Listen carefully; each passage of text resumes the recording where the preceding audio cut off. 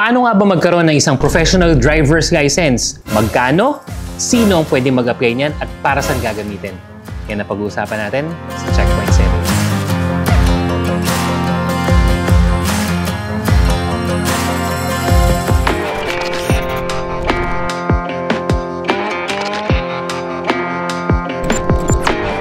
Pero bago natin tutuloy mga brother, napansin namin na marami sa inyo ng mga nanonood hindi pa rin naka-follow at saka naka-subscribe sa Motor ni Juan. Uy, magamit na tayo mag 2 million followers sa Facebook kaya dapat naka-follow ka dahil marami tayong pag-giveaway dyan. Malaki din ang matutulong na inyong mga like, pag-comment at pag-share ng mga videos natin para mas marami pang makapanood ng mga brother natin. Nung mga nakaraan na pag-usapan na natin paano pagkuha ng student's permit, ang next level naman dyan is paano pagkuha ng non-professional driver's license. At sa video na to, pagtutuunan naman natin ang pansin ng proseso kung paano ka makakuha ng professional driver's license. Sa tatlong uri ng lisensya or permits na nabanggit natin, tanging ang non-professional driver's license at professional driver's license ang mga lisensya na dapat hawak mo kung ikaw ay nagmamaneho ng solo, yung wala nang kasamang guide o wala nang kasamang ibang tao na may lisensya. Ang main na kaibahan between non-pro at saka pro na driver's license is that kapag professional driver's license, yan naman ay required kapag ang paggagamitin mo ng lisensya mo o ng pagmamaneho mo ay patungkol sa mga serbisyong pampubliko katulad ng jeepney driver, taxi, pati yung mga TNVS natin, yung mga Grab, Lalamove, Angkas, Mapa 4 wheels yan, Mapa motor yan. Ang nire-require na lisensya dyan is professional driver's license. So kung ikaw brother, nagmamaneho ka ngayon, halimbawa, nakalusot ka for some reason na nag-move ka, angkas ka, move it, lalong-lalo na yung mga pasahero mismo ang sinasakay mo tapos naka non-professional driver's license ka, make sure na mapakonvert mo na yan into professional driver's license dahil baka ma-checkpoint ka, mas malaki pa yung multa na ipapataw sa'yo. Ito na yung proseso niyan. Ang qualifications niyan, dapat ikaw ay at least 18 years old. Hindi katulad ng non-professional driver's license, pwede ka nang mag-apply ng non-pro sa edad na 17 years old provided na meron kang parental or guardian's consent. Sa professional driver's license, dapat yan minimum 18 anyos. At saka syempre, dapat marunong ka magbasa at magsulat ng Tagalog at Ingles. Dapat wala kang mga unsettled traffic violation. Halimbawa, non-professional driver's license ka, nahuli ka dahil dyan may mga hindi ka pa nababayarang multa, magkakaroon ka ng problema kapag ikaw ay nag-a-apply na ng professional driver's license, kaya dapat isettle mo na muna yon. Kasi pag ikaw ay may demerit points, meron pa yung mga panahon kung saan hihintayin mo na lumipas yung panahon na yon after settling the payment bago ka makapag-apply ng professional driver's license. Tapos syempre, dapat holder ka ng isang non-professional driver's license. Yes, dadaan ka muna sa paghawak ng non-pro na lisensya. Tapos dapat naka-non-pro ka for at least 6 months, 6 na buwan bago ka mag-apply ng isang professional driver's license, mga brother. At saka dapat nakapasa ka ng automated theoretical examination. Yan yung written examination. Yan ay kapag valid pa yung non-pro na license mo. Hindi pa expired. Kasi pag expired na yan, at pag i-renew mo na nang na-expirean ka ng non-pro na license, hindi lang yung written examination yung gagawin mo, kundi you also have to pass the practical driving course again. More on that, pag-uusapan pa natin yan pagdating sa mga requirements. Pero yun yung mga qualifications na kailangan meron ka para ma-check mo na qualified ka na mag-apply para sa isang professional driver's license. Clarify ko lang, sinabi ko kanina na there should be a minimum of 6 months na dapat non-pro driver's license holder ka. Yan ay para sa mga driving codes na RC1 o kaya naman yung A at saka yung A1. Yan, pag yan lang mga driving codes na yan ang ina-apply mo or restrictions, 6 months lang okay na. Pero para naman sa mga driving codes na RC2 and 4 o kaya naman sa B, B1, and B2 na mga restrictions, kailangan ang minimum mo na hawak ang iyong non-pro driver's license is at least 1 year. May kaibahan kasi yan sa uri ng sasakyan na imamaneho mo bilang professional driver's license. Kaya yung non-pro license mo, it requires a certain amount of time to make sure na talagang skilled ka na bago mo hawakan yung mga sasakyan that corresponds to the codes na binigay natin. Ngayong alam na natin yung mga qualifications, ano naman yung mga dokumento at mga requirements na kailangan mong ihanda para hindi ka na ma-hassle, hindi ka magpapabalik-balik sa LTO.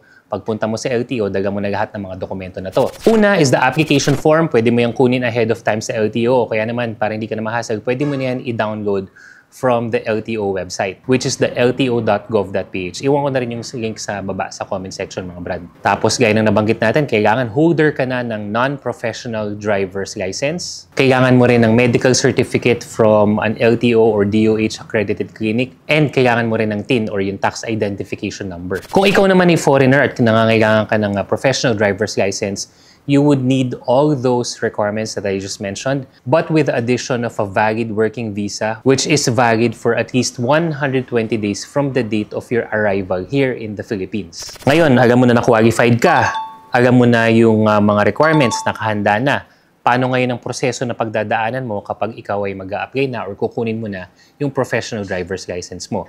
Sa ngayon, wala pa siyang online setup. Hindi katulad ng renewal of driver's license, pwede na yan sa online.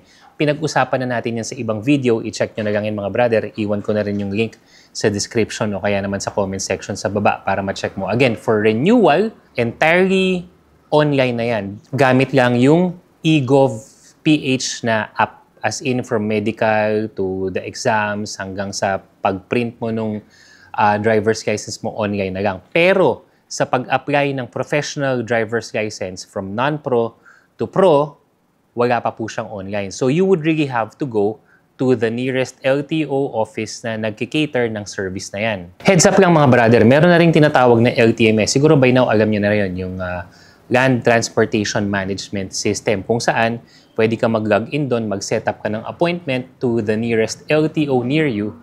Pero heads up lang, hindi pa kasi lahat ng mga LTO branches and offices ay connected sa system na yan. Pwede ka naman mag-inquire physically directly sa mga LTO office. Halimbawa, magtatanong ka lang kung nag-cater po ba dito ng from non-pro to pro para lang sigurado na pagpunta mo sa araw na yon is matutulungan ka. But on the other hand, if you can find the time to set an appointment para masigurado through the LTMS portal, mas okay na gawin yun. At least nakaset ka na. Siyempre, pagdating mo dyan, sasabihin mo lang na ikaw ay mag-a-apply ng professional driver's license. Bibigyan ka ng queue number. Just wait for your turn to be called. Kung pang ilan ka, siyempre, mas maganda, mas maaga. Tsaka mo naman isasubmit yung mga requirements na pinag-usapan natin kanina for LTO's assessment. Kapag okay na lahat ng dokumento mo, tatawagin ka ulit yung either yung pangalan mo or yung number mo para man magbabayad ka sa cashier. Ngayon, pagdating dyan, magkano nga ba ang dapat mong bayaran or mga dapat mong ihanda para makapag-apply ka at para magkaroon ka ng isang professional driver's license? Nag-range kasi yan anywhere between 425 to over 1,300 depende sa type of restriction at saka sa kung may applicable penalties na applicable sa'yo or sa pangalan mo. Pero yung pinaka-basic dyan, walang mga iba-ibang restriction code na special, walang mga penalties na kailangan mong isettle. Ang breakdown is ito, application fee is only 100 pesos, replacement fee is 225 pesos, tapos yung change classification, ito na nga yung from non-pro to pro, is only 100 pesos. So suma total, gagastos ka lang talaga dyan ng 425 pesos. Yan yung pinaka-basic, walang tsetsi-boretse na proseso. Yan lang yun. Pero take note, mga brother, hindi lang ito ang gagastusin mo sa buong proseso. Kaya gaya nga sinabi natin kanina, you have to accomplish first the requirements bago ka magpunta ng LTO. Itong sinasabi natin is sa window na. Magbabayad ka na sa LTO window. Pero yung pagkuha mo halimbawa ng medical, yung medical kasi sa mga DOH or LTO accredited clinics, iba-iba ng singil yan. Yung mga requirements mo naman sa pagkuha ng TIN, baka kasi may mga kailangan kang i-generate na mga PSA or yung mga valid na mga birth certificate mo or ibang ID para mabigyan ka naman ng TIN. So it varies. Hindi ko na muna isasama yun dito, pero just to give you an idea, nabanggit natin sa mga ibang video natin, ang medical, nagre-range yan siguro 150 to 350 pesos. More or less, depende ko saan klinika pupunta. Tapos, syempre, yung theoretical driving course, yung online exam, mga brother, libre yan through the LTO site. Pero kapag yung practical driving exam na, yan naman, iba-iba din ang bayad niyan. Depende kung saang opisina or saang driving school ka mag-e-enroll. Basta accredited ng LTO. So, para hindi magulo, isa-separate na lang natin yon. But, when it comes to the LTO fee, nandun ka na, nakahanda ng requirements mo, magbabayad ka sa window, you will at least pay a total of 425 pesos kung walang mga komplikadong proseso na kinakailangan para sa lisensya mo. Pagkabayad mo, i-endorse naman yung file mo sa encoding tsaka sa biometric window. So, hintayin mo kasi tatawagin ka ulit para naman mag-biometric ka. Yung iba dyan is you will sign dun sa electronic pad nila, fingerprint scanning, at saka yung picture taking na rin. Yan ang next step niya. Pag nandiyan ka na, kumbaga relax ka na kasi waiting game na lang yan. Nakapagbayad ka na, na-assess na yung mga papel mo, okay na yan. Hintay-hintay na rin yan talaga kung kailan ka or kung ano oras ka makakapag-biometric at saka may encode yung file mo. After ng biometric section, bibigyan ka naman ng claim stub para naman maklaim mo yung pinaka-OR or yung resibo ng lisensya mo. Importante yan kasi dapat yan kasama yan sa lisensya mo. At saka yung pinaka-ID card, yung pinaka-driver's license mo mismo. So kung babasahin natin yung OR ng lisensya natin, nakalagay dyan na dapat yung OR na yun kasama yung lisensya for it to be deemed as valid. So, maaring sa checkpoint, yung mga mabigisang checkpoint lang, ipapakita mo yung lisensya mo, okay na, hindi na hinahanap yung resibo.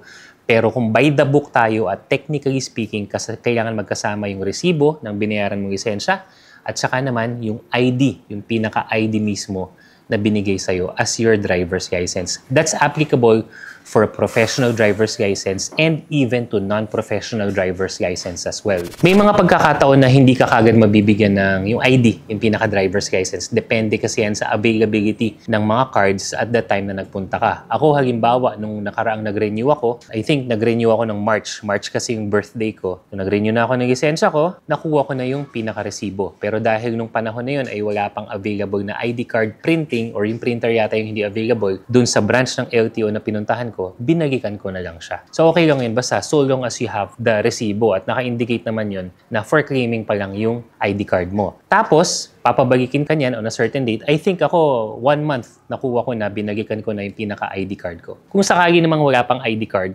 when you go through your LTMS, di ba? Meron tayong LTO portal na sinasabi natin kanina kung saan nag-create ka na ng account bago ka pa mag-apply ng lisensya. Sa LTMS na yan, meron yung section kung saan nandun yung soft copy ng driver's license mo. Yung LTMS driver's license soft copy version na yan ay valid and considered legit kapag ikaw ay na-checkpoint. Bawa, naiwan mo yung lisensya mo o kaya hindi mo pa talaga nakukuha yung pinaka-ID card mo. Kapag na hinanap sa yung lisensya mo through a checkpoint or dahil sa kung anumang requirement, pag pinakita mo yung LTMS profile mo at nandun yung picture ng lisensya mo, valid yun mga brother. Pero yung screenshot ng LTMS o kaya yung pinicturean mo lang yung lisensya, hindi yan considered valid. Kailangan direkta from LTMS website yung picture ng lisensya mo for it to be considered as valid even if wala pa or naiwan mo yung physical na driver's license mo. Yan yung simpleng bago ng driver's license classification mo from non-pro to pro. Pwede yung isabay na kung magpapadagdag ka ng mga restriction code mga brother. Pero para hindi na humaba yung video na to, siguro sa mga susunod natin na videos, kaya kailangan naka-follow tsaka naka-subscribe kayo, i-discuss naman natin yung proseso. Paano nga ba yun? Pag magpapadagdag ka ng code, kailangan pa ba ng exam? Magkanong dapat bayaran? Ano pa yung mga dapat mong ihanda kung sakaling magpapa-update ka or magpapadagdag ka ng mga restriction code when it comes to driving. So, kapag interested ka sa topic na yan, i-comment mo lang sa baba, restriction code. Para alam namin na marami sa inyo ang gustong malaman yan, i-feature natin yan sa mga susunod na videos natin. So, yun yung basic process natin mga brother, mga bagay na dapat mong ihanda, mga bagay na dapat mong ma-check at mga bagay na dapat mong bayaran para ikaw ay magkaroon ng professional driver's license. Tandaan natin ha, lagi ko sinasabi to. Ang pagkakaroon ng lisensya ay isang pribilehiyo, hindi yan karapatan. Ibig sabihin kapag yan ay inabuso mo at hindi ka sumunod sa mga nakaset na mga batas trapiko, yan ay maaring kunin sa'yo. Yan ang video natin ngayon mga brother. Again, this is our checkpoint serya para hindi ka magpolge sa lahat ng mga motorcycle news, reviews, and tips. Be sure to follow lahat ng mga social media pages natin katulad ng TikTok, Facebook, Instagram, and YouTube. Malapit na tayo mag 2 million followers sa ating Facebook page. Kaya if hindi ka pa naka-follow, follow ka na dahil marami akong inihahandang sorpresa para sa inyo.